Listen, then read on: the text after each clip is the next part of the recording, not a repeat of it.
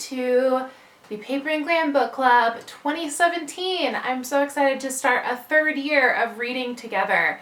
And today is the big reveal of the 2017 titles.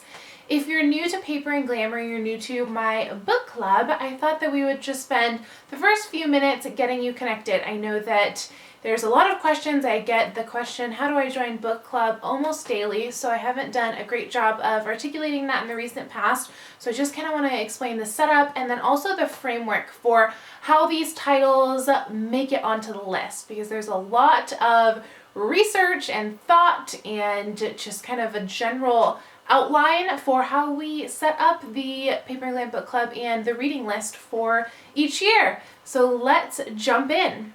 I had to get up and grab my glasses. Okay, so when we set up the Paper and Glam Book Club, the titles, we shoot for them to be a three-way split between nonfiction, fiction, and classics. The reason that I set it up this way is because I want to really read both deeply and broadly together. So my goal is that you meet your next favorite book that's like right in your wheelhouse, that's like something that you would pick up on your own potentially, right? And then my goal is also to have us reading things that we wouldn't necessarily pick up on our own, and things that really kind of are outside of our comfort zone and maybe even a challenge for us to finish. And for me, I really struggle with fiction. I know I'm in the outliers in that. If I was making this reading list right inside of my wheelhouse, we would be reading nothing but nonfiction. That's what I love more than anything. I can buzz through a nonfiction book in a couple days. That is what I love. I'm very much a student of the human experience. I love kind of hearing life hacks and just people's experiences, and that's what I love. But I know that most of you just absolutely love fiction. So I really want it to be a balance between the two. And then lastly, I want to go back and do the classics, because there's just so many references and so many things that are just constantly being mentioned in pop culture, and having that grasp on the classic really will just enhance your experience in life, whether you're reading, a book published in modern day or you're watching like Gilmore Girls, right? Most of us have been catching up on Gilmore Girls, and those two, especially in the earlier seasons, are the queen of literary references. That I really, really want us to get comfortable with being challenged by what we're reading, and then also just engage with each other and read within the context of community. If you're a reader like me, you know how it feels to finish an amazing book and then you're like, oh, I want to talk to someone about it. I just don't want it to be over, and I really want to discuss, like, what did that ending mean? What does the title mean? And I'm a huge nerd, so I just love having those conversations with you guys every month, and whether we're talking about it on the Facebook page or we're talking about it in the live stream, I just love kind of going that step further when we're reading. And that's really what the Paper and Glam Book Club is all about. It's reading and learning to live well as a whole, right? Whether we're doing planners, whether we're doing book club, whether we're doing seasonal living, but also just taking that one step further and doing it with others online and in real life, hopefully. So that is how I set up the book club. This year, we're adding kind of another layer to the classics front, and that is a work of children's literature, which we've done children's in the past, but it hasn't been quite as intentional, and then also a work of poetry. So poetry is new this year. Last year we read, or this current month actually, we're reading letters from Father Christmas, and the year before that we read Miracle on 34th Street. So a work of children's literature is just, it takes writing from a different direction, and there's really a lot of value and a lot of beauty in children's literature, and I think as adults sometimes we overlook it. So that is the spiel, and I think I've said that like 3 times. So let's jump right into the titles after I tell you how you can get connected to the Paper and Glam Book Club. Like I said, get a question every single day, almost. How do I join the Paper and Glam Book Club? I really want to join. Like, what's the official way to join? So there isn't necessarily an official way to join, right? If you have the intention of reading along with us and you are reading along, then you're in the Paper and Glam Book Club as far as I'm concerned.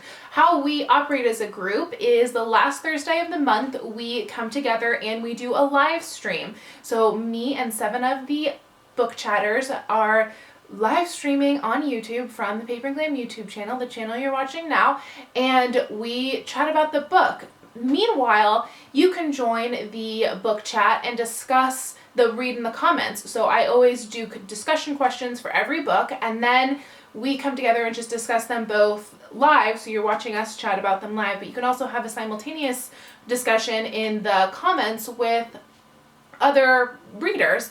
And it's different than normal YouTube comments in that they're only available when the live stream is going on, and they are in real time. So you can make comment, everybody in the group can look and read the comment, and it's very much a dialogue in real time, which is amazing. So that's a really cool resource that we have available to us. And then the other way that we connect is on both Facebook and Goodreads. So on Facebook, we talk about all things reading. We talk about, we post silly memes and we recommend reads to each other, but then we also, of course, talk about our monthly read. And it's just kind of ongoing throughout the month, always giving each other recommendations, kind of talking about all things reading, whether right now we're talking about formatting our to-read list and all that stuff for getting our reading lists ready for the new year, but it's kind of just an ongoing running dialogue about all things literati, all things literature. Let's see, and lastly, Goodreads. That is the last piece. Goodreads, we do have a group on Goodreads, and all this is linked below, of course, and we do discuss the monthly read, and there you can talk spoilers. That's really the only difference between Goodreads and Facebook, although Facebook is a little more interactive, as you guys probably well know. Facebook, it's a no spoiler zone. We don't want anyone casually logging onto Facebook and reading the ending to the monthly read, right? But Goodreads, we can talk about whatever we'd like. If you want to specifically talk about a question, I owe those comments before I make the discussion questions in case something's like a really recurring theme and I want to flesh it out in the live chat. So you can pose questions to the group there. You can, of course, leave your thoughts. I always love to hear what everyone is thinking of the monthly read, and then I kind of use it to tee us up for the monthly live stream. So that is how you join the Paper and Glam Book Club. All right, without further ado, let's jump into these titles. Okay, I thought of one more thing before I unveil January's read. When we're going through these titles, you will notice that none of these are like the latest thing in publishing. None of these titles are brand new or have just hit the shelves. And every year somebody comments, oh, these are old, I've read them all. And well, if you've read all these, girl, you are a literatus on another level, or boy, girl or boy, but I really, by design, don't make them within I would say I try to have everything kind of have about a year on it so that you can get it in your public library. I really don't want anyone to feel like they need to purchase these books or, fight for them at the library or anything like that. I want to eliminate all barriers to reading together. So if you have a library card and you have a internet connection, you can read along with us and, interact as a Paper and Glam community. So that's really what I want. I really don't want anyone at the library on a waiting list of 100, because that's no fun. So these books are by no means going to be things that you have never heard of that are just kind of causing a stir. I do keep a pretty good pulse on what is being published. I probably spend more time or about the same amount of time reading about books as I do actually reading. So I totally feel you. If you're someone that wants to really kind of keep the pulse in the publishing world, I cannot recommend Book of the Month highly enough for that. And a lot of us are also Book of the Month readers, and that is kind of the ideal avenue for kind of keeping abreast of all things that are being published and kind of the books of our current time, because I think that is so important. But that's not my goal with the Paper and Glam Book Club. So full disclaimer, these might be slightly dated, and I think that's actually a good thing. All right, January read is, as you probably just saw, Shonda Rhimes' Year of Yes. So this book came out about a year ago, and it was just a smash hit. Everybody was telling me this needed to be on our list. It just came up again last week, which just cracks me up. This book you probably see everywhere. And if you are not familiar with Shonda Rhimes, or you haven't seen this book pop up in any of your internet travels or had a friend force it on you, Year of Yes is Shonda Rhimes' journey to, as you might expect saying yes to things. And if you don't know Shonda personally, she created Grey's Anatomy and Scandal. She has done just a ton of different stuff. She wrote Princess Diaries 2. Let's see, what else? I know she has a big role in How to Get Away with Murder. She's the executive producer, and she's really just crushed a lot of glass ceilings in Hollywood because she's just a beast, and she's an amazing showrunner. And this is very much her story because she realized that she was saying no to things, and that can be my default response as well. So basically the premise is, what if our default response is yes? And I just love starting out the new year with a kind of a bang, a motivational bang, and I think this book just fits the bill perfectly that way. And it says, Year of Yes, How to Dance It Out, Stand in the Sun, and Be Your Own Person. So I know Stand in the Sun is that's a Scandal reference, or it might be something, I feel like I have a hair on my face, sorry guys. I feel like that might be a personal reference, but I love that in Scandal. So I'm a fan of Scandal, and I can't wait to hear Shonda's story. Also, she says that she struggles with panic attacks and anxiety, and that's something that I've struggled with for a long time, and she just talks about not letting that hold you back and not letting anything hold you back, and I just think that's so inspirational. All right, on to February's read. February's read is Glennon Doyle Melton's Love Warrior. So Glennon Doyle Melton, that is quite the name, she published Carry On Warrior about 2 years ago, and I earmarked it for the 2016 book club, for this year's book club. And at the last minute, I cut it, and I think it was because we were really heavy on nonfiction, and as I mentioned, that is very much my genre of choice. So I always have like 20 nonfiction books I have kind of earmarked for the book club, and I have to kind of trim it down to 4. So I nixed it at the last minute, and it kind of worked out great because she just published her latest, which is Love Warrior. So this is one that is pretty recently published. It came out in October, I believe. And because she was already a New York Times bestseller, I'm sure that the libraries have plenty of copies. I'm really excited to finally read Carry On Warrior, her first book, as well as her sequel, or I mean, it's a memoir, so it's really not a sequel, but as well as her follow-up, Love Warrior. Everyone who's read this book has told me that it is just a life-changing book, and same with Carry On Warrior. Carry On Warrior was kind of endorsed or reviewed by so many of my favorite authors, and I could not be more excited to read these books. And if you're not familiar with those, both of those books, her heart is really just like embracing the messiness that is life, and I can use that message every day. That is something that I struggle with. Life is just a mess no matter how well organized you are, and that, it's just not ideal. I just want to check all the boxes and have everything work out great, and we know that life doesn't necessarily work that way. And this is actually, she is going through a divorce as she's writing this book, and her life is kind of in shambles, and she takes us along that journey. So it's a very vulnerable, very heartfelt journey, which I'm just really excited to take with her. All right, I gotta kind of speed it up because this is gonna get long. All right, next is our March read, which is The Nest.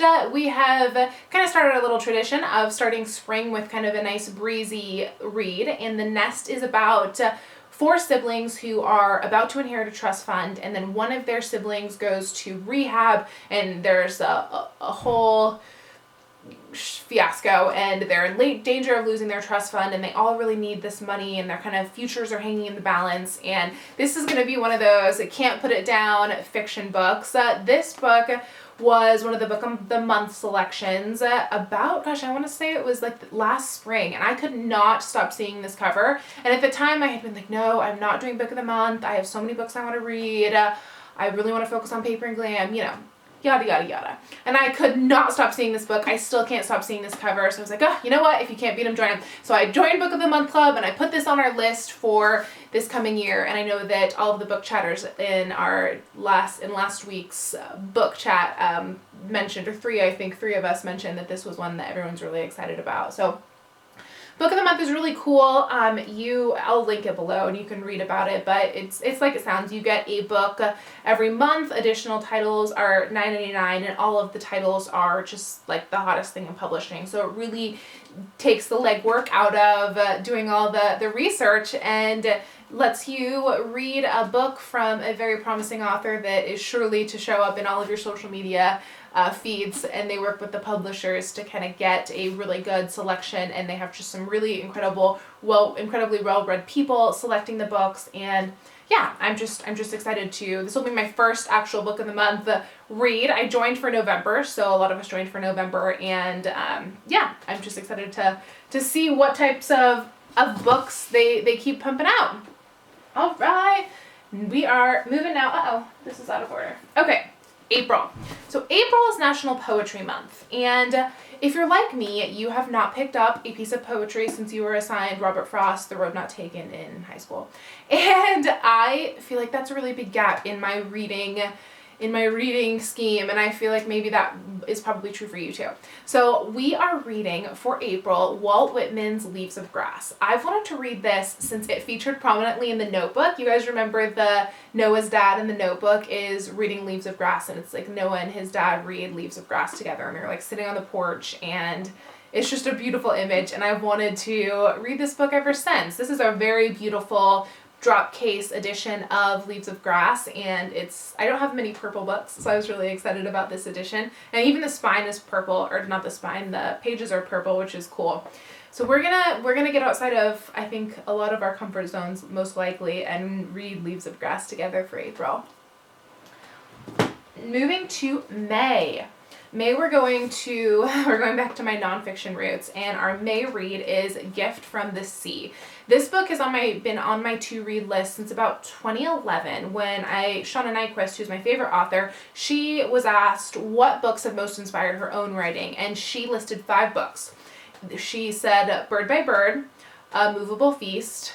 All of these are linked in the blog post, by the way, so if you're like, oh, I need to write this down, just click on the blog post, because pretty much everything I said I also laid out in text, so you can refer to it throughout the course of the year if you would like. So don't feel like you need to like scribble feverishly right now. So the titles that she mentioned were A Movable Feast by Ernest Hemingway, which we will read together eventually.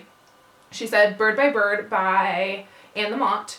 This book, Gift from the Sea. Simple Abundance by Sarah Vaughan, I think it's Brethnich, although I might have just completely butchered her name. And then lastly it was Food, Women, and God by, gosh, her name is Janine something. I'm blanking on the name right now. So 4 of those out of the 5 titles, this was the 5th, I absolutely cannot live without. They got me through some of my toughest seasons, and this is kind of the one outlier that I really want to read. And it's just a short, it shouldn't be really a challenge for anyone, but oh my gosh, this book, it was written, I want to say this is the 40th anniversary, this is the 50th anniversary. So I mean, right, this was written about 55 years ago, but so much of what she's talking about here are the things that we're really struggling with as a culture today, just with busyness and modern technologies that are supposed to simplify that really do the exact opposite to our lives. And it's just amazing, what she's laid down in this book just feels so current, and her advice for life just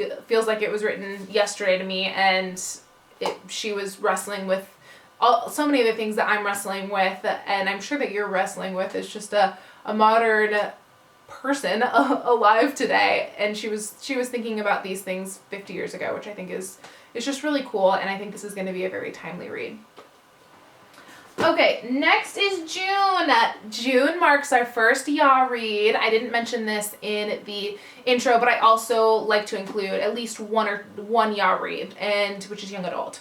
And this is also a seasonal read. So you may have noticed that a lot of these are seasonal. Everything I do with Paper and Glam is very much guided and directed and inspired by the seasons, and our reading choices are no different. Everything I kind of keep that in the back of my mind, even when I'm choosing covers.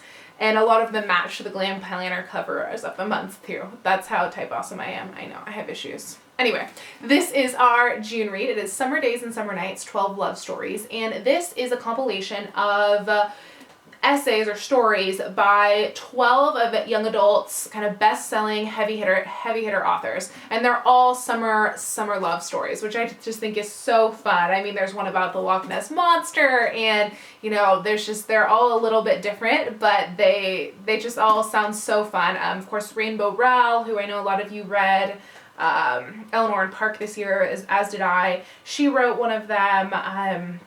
You know, there's just so many. Oh wait, I don't think she wrote one of these. I think I just misspoke. Our next young adult read, she 100% is a part of, but anyway, I just had to reverse myself. This is going to be, I just think, a really fun get summer started with a beach young adult read.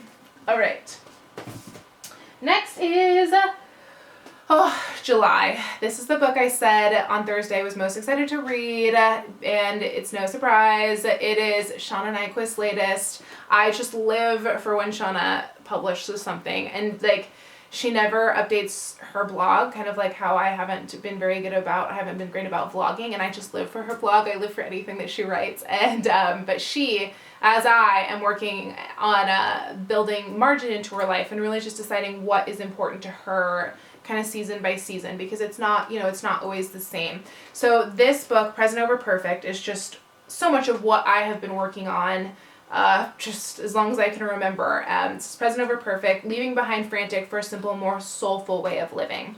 And she says that in the jacket, live a life of meaning and connection instead of pushing for perfection. And as me, I say type awesome instead of perfectionist, because I just do not like that word.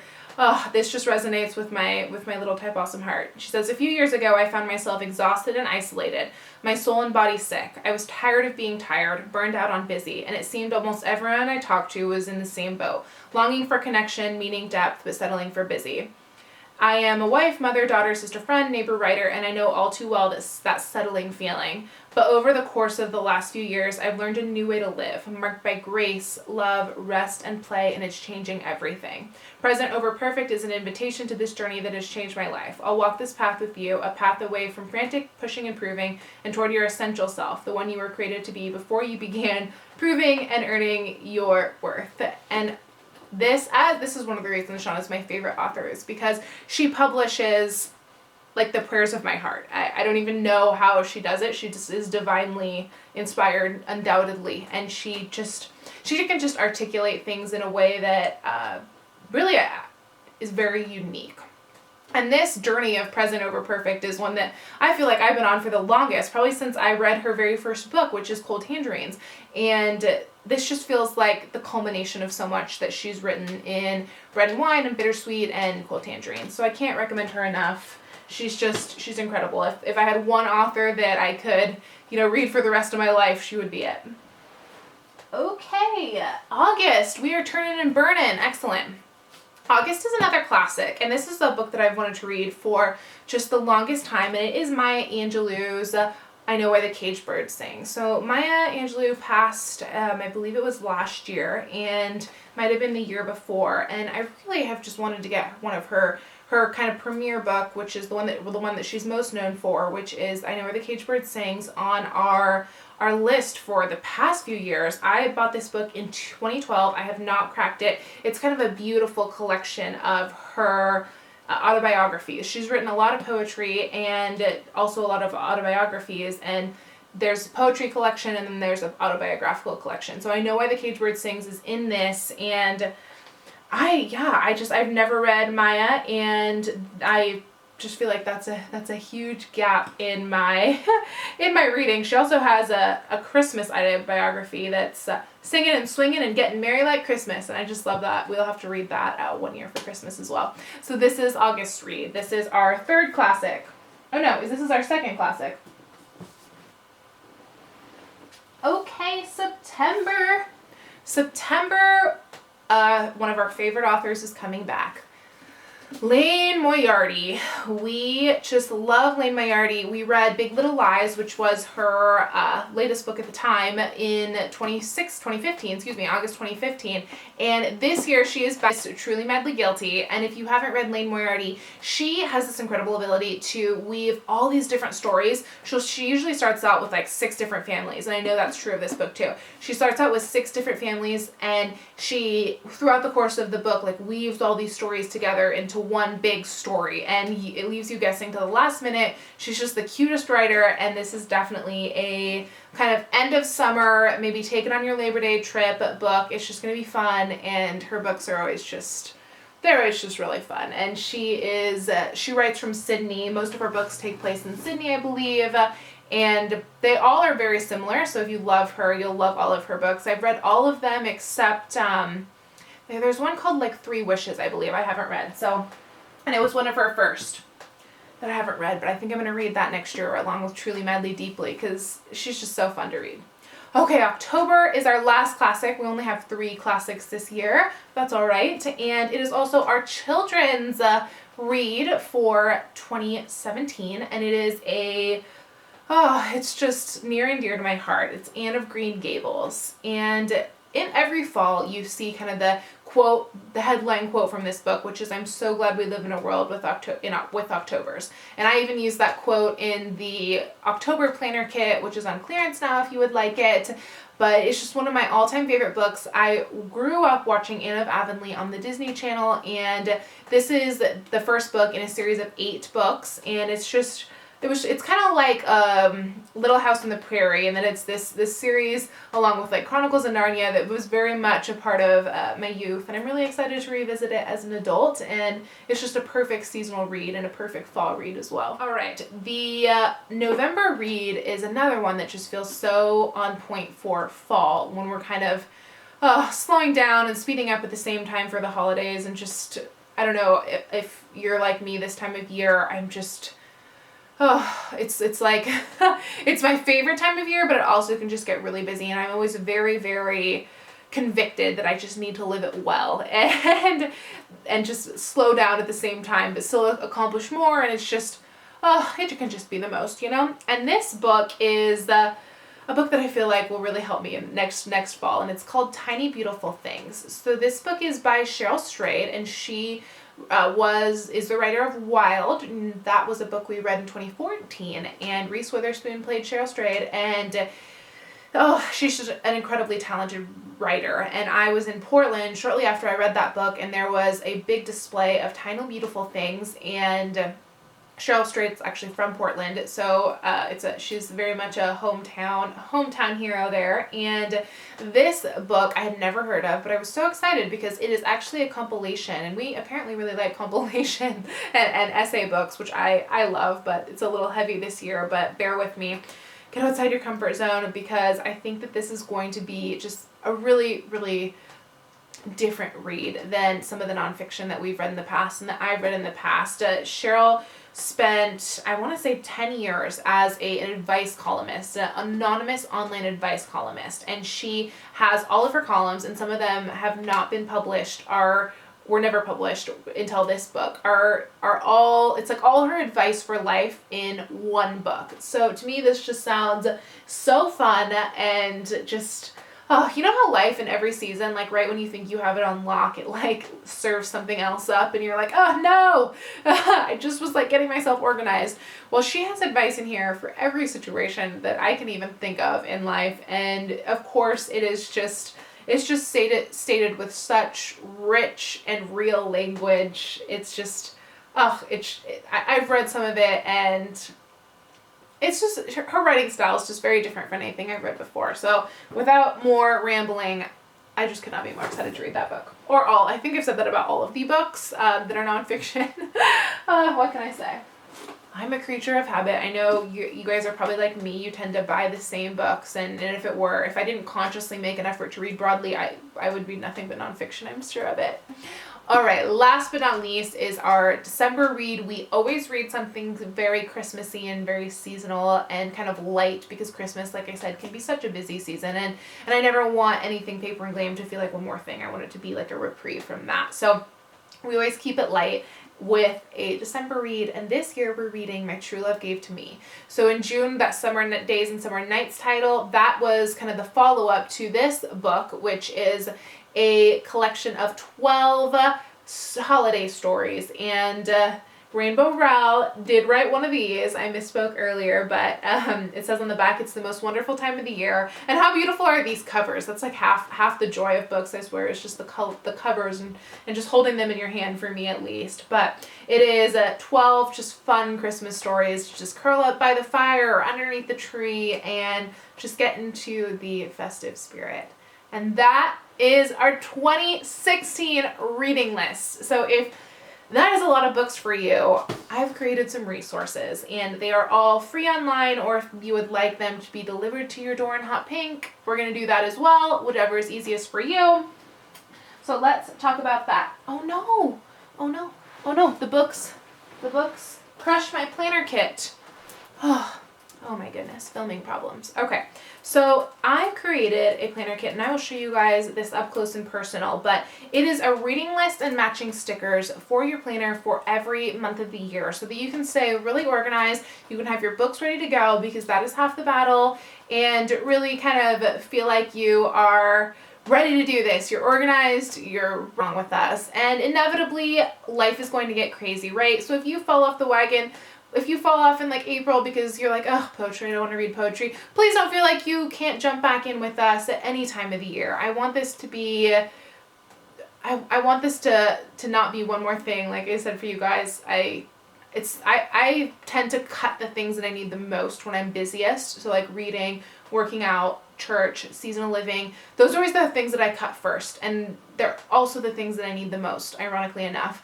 So, you know, it happens to the best of us. I just planned this week and I hadn't planned for like 3 weeks. You know, it happens to the best of us. So I hope that these tools can help you stay on track, but also I just want to issue a reminder that, you know what, if the month gets crazy, don't throw the towel in, please. Let's just have this be fun. And if you're type awesome like me, sometimes when you feel like, oh, I'll just join again next year. And I know so many of you have said that. You're like, oh, this is the year I'm going to join. And then next year, this is the year I'm going to join. So you're not ever going to have more time in the future. I can promise you that. I know because I always think that I'm going to have more time in the future and inevitably I somehow have less. So let's do it. All right, let's take a peek at this planner kit and unbox her. Okay, here's the planner kit I created for 2017. As you can see, it is the first page here is a list of all of our titles all throughout the year, and they're color coded by month. And then we designed this fun little bookshelf here. And on the back, and we'll just open this. On the back is the matching stickers.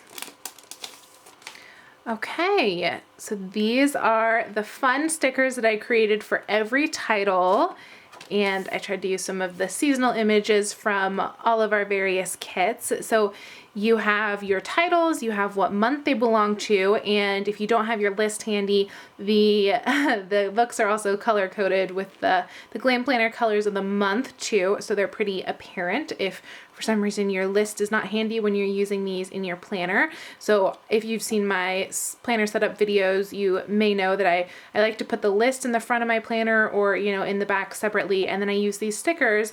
I like to get a few of these stickers and I like to put them on both my monthly, weekly, and then I use them also in my reading journal.